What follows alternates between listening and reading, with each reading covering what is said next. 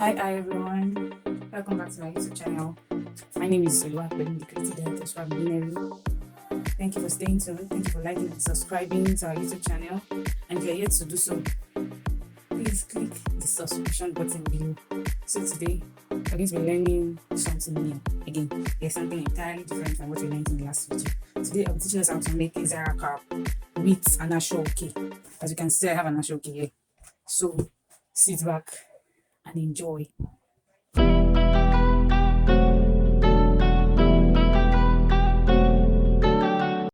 Alright, welcome back. So, as I said earlier, we're going to be learning how to make a Zara cap and Aso Oke. So, what are the materials needed? Like I mentioned, Aso Oke. So, your very first material is an Aso Oke. Aso Oke is quite different from your normal fabric types. And I know many of us know what an Aso Oke is. So, this is an Aso Oke. Number two, very important material in making a Zara cap is your mako. So, this is a mako. This mako is a material that shoemakers make use of. So if you are probably not so sure of where to get it, you can just go down to any shoemaker shop around you, or to where they sell shoemaking materials. You can get your mako. Then our regular tools, the scissors, the measuring tape, your tailor's chalk. Then in this particular class, we'll be making use of an office pin. So please do also get your office pin, your flower or whatever it is you want to embellish, your gum. And then for this, I made an Aso Oke petal. So if you want me to teach you how to make an Aso Oke petal, you can just signify that in the comment box below. So let's move straight to class. So the first thing to do in this tutorial is to measure out the Aso Oke you'll be using to create your Zara cap. So you are going to be measuring it out and cutting it out. But before I go on, perhaps you didn't take measurements of your client or the person you want to make Zara cap for, and you have a mannequin. So what do? You pick up your mannequin and then you measure the head of your mannequin to get the fit of the Zara cap on your client's head. So right now I have a mannequin with me. I don't know if you can see it. So here's my mannequin, and this is how I'm going to be taking my measurements. I'm going to be measuring from the back of the head to the forehead, from the part somewhere we call the ogo, this part of the head, this part. In fact, there's a dot at the back of my own mannequin. Is here. So this is the part where the head is pointed at the back. That's where you're going to measure from. You're going to be measuring from this point to the forehead, close to where the brows are, because your Zara cap does not just sit; it sits to your forehead. So yeah, I have 21 inches, but I won't be working with this because I'll be working with a standard. Now, this aside, so for the standard, for your Zara cap, for an adult, the standard is 22 inches for every normal head. But if you are privy to take the measurement of your clients, depending on how big their head is, then you can either reduce it or add to it. So, like I said, the first thing is to cut out the Aso Oke piece I would like to use for my Zara cap. So what will I cut out? I'm cutting out 22, like I said, the standard I would love to use. So once I measure out my 22, I'm going to be cutting it out. 22 inches.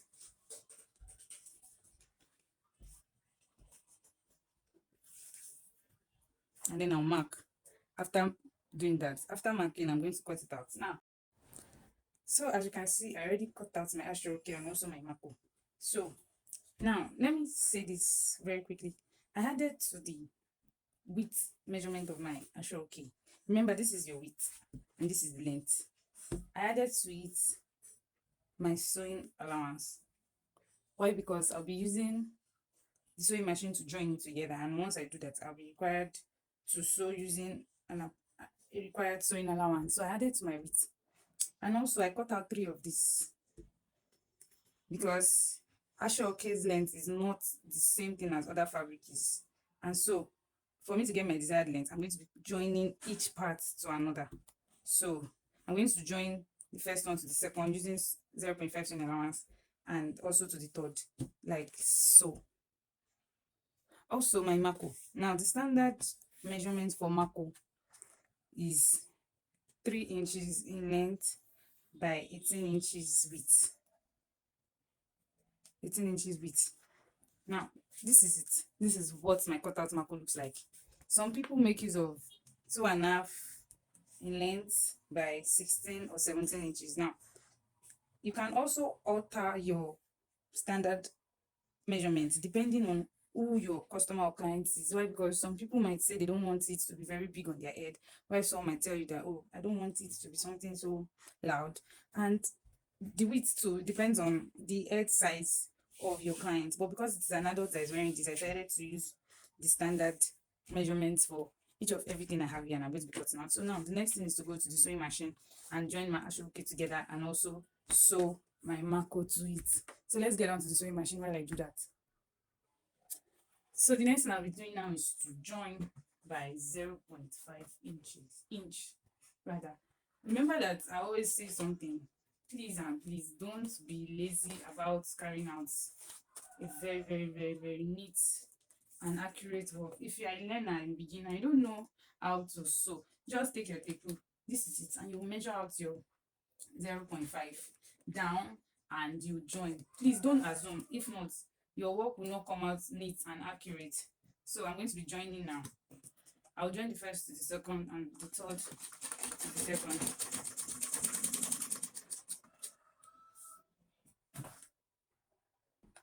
So I'm done. So as you can see, I'm done sewing. And so the next thing I'll be doing is going to the ironing table to open up where I joined. Please, this is very essential doing this work so that you don't have your Aso Oke look very bulky. You know, it's thick on its own. So instead of just rushing to quickly finish, please, it's best if you do a detailed and a neat job. So I'll be going to the ironing table now, open up my seam line, and I'm going to iron. Then after that, I will come back to fixing my Mako. So I already pressed open my seam lines and they are looking very neat. With this now, my work is going to be very easy. I won't have to be struggling with letting the Mako sit inside the Aso Oke. So the next thing I'll be doing is fix my Mako to my Aso Oke. And this is how we go about it. I don't know if you can see my screen very well. I'm going to place the folding part. See, you know the Mako is not straight. I've tried to straighten it, it's still folding. It's okay because it's going to go around on the head. I'm going to place the folding part up this way. And then I'm going to use my Aso Oke to close. Now my closing is just going to be probably by 0.5 so that it won't be removing. Now this is 0.5. Okay, for the sake of those that might not know, let me get my measuring tape to show us.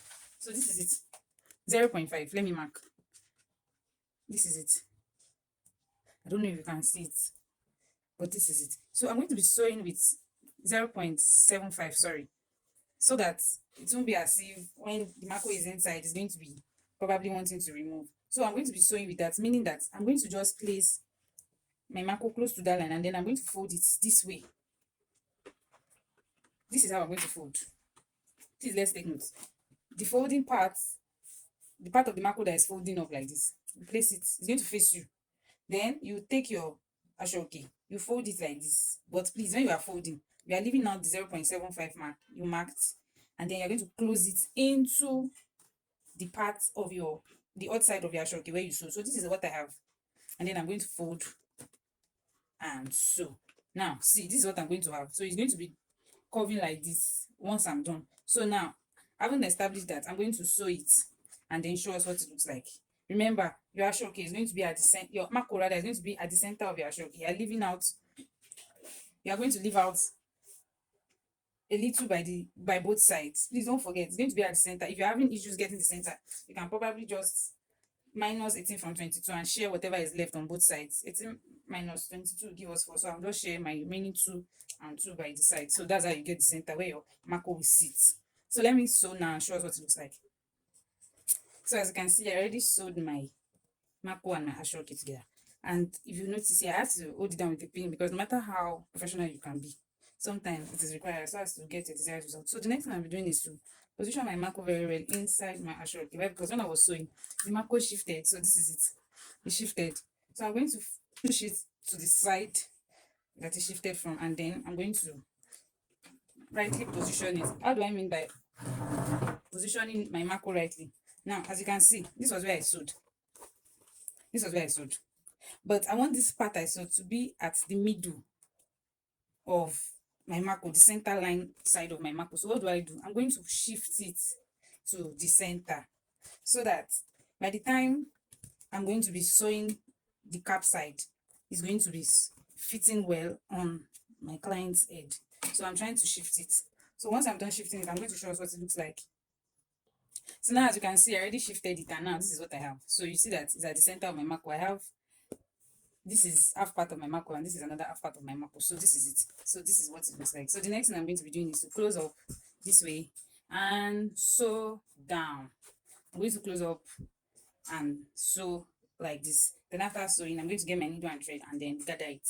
So let's get back to sewing.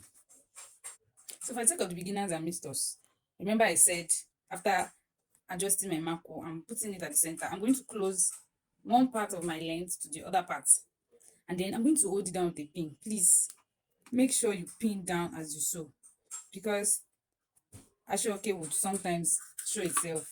So instead of you now saying that this was not what I wanted, hold it down with a pin. And then after pinning it through like that, I'm going to mark out my desired sewing allowance. Because this is Aso Oke, remember I said you can add, depending on the availability of material you have, from 0.5 to 1 inch. Because this is Aso Oke, I would advise that you use 0.75 or 1 inch to sew. Why? Because if you can see, it's going to be removing, it's freeing out like this. So the best thing to do is after sewing, you get a lighter, and then you're going to use the lighter to burn this part so that it will not be removing, as your clients will be using it from time to time. The more it removes, it will be reducing your measurement. So like I've said, so the next thing I'm going to do is to mark out my desired sewing allowance. Now, as you can see, I already marked my 0.5 sewing allowance down.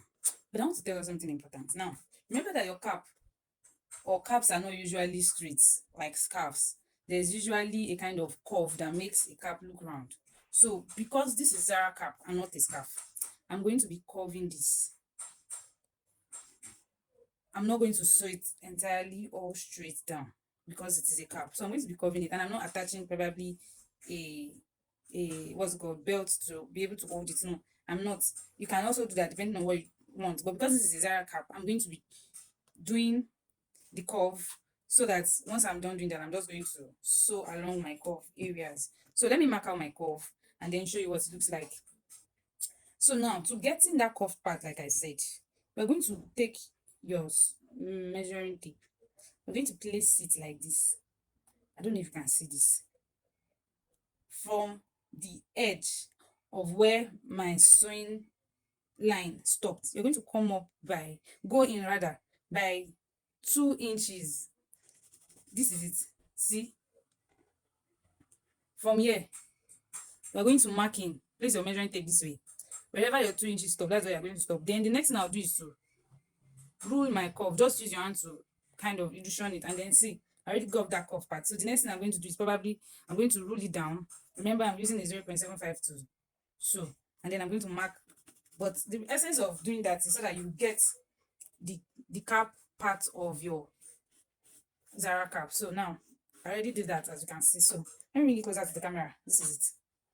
I did that. So now I'm going to sew. After sewing, the next thing I'm going to do is to gather the parts I sewed using a needle and thread. So as you can see, I already sewed round. So this is what it looks like.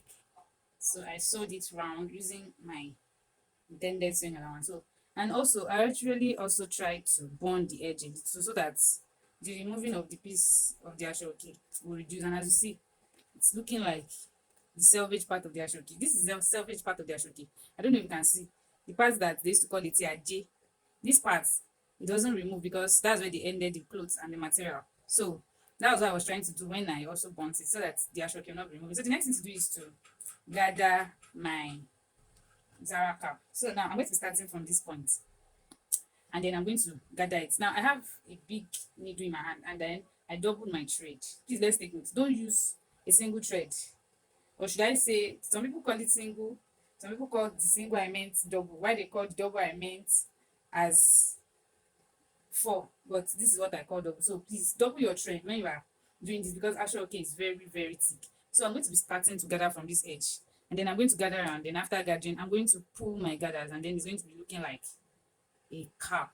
So I'll show us what it looks like after gathering. So as you can see, I'm already done gathering, and so the next thing I'll do is to pull my gather stitch. So as you can see, it's already pulling, so I'm going to pull it very well so as to make sure that I gather my entire Zara cap part.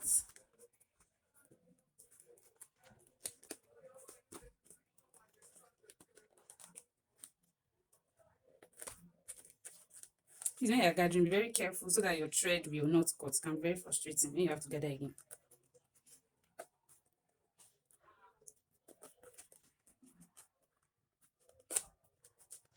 So now, what I'm going to do is to tack and close my gather stitch. Please, when you're doing this, close it properly so that your gathers will not remove. So this is what we have. As you can see, I already gathered it. So the next thing I'll do is to turn out and see our result. So let's turn out together. This is a little bit tough because it is Aso Oke, and Aso Oke together with maple makes it very hard. So this is what I have. So as you can see, this is the outer part. Let me bring it out. And this is inside. See how neat it is. So please trim out every thread that might be hanging around. So this is what I have.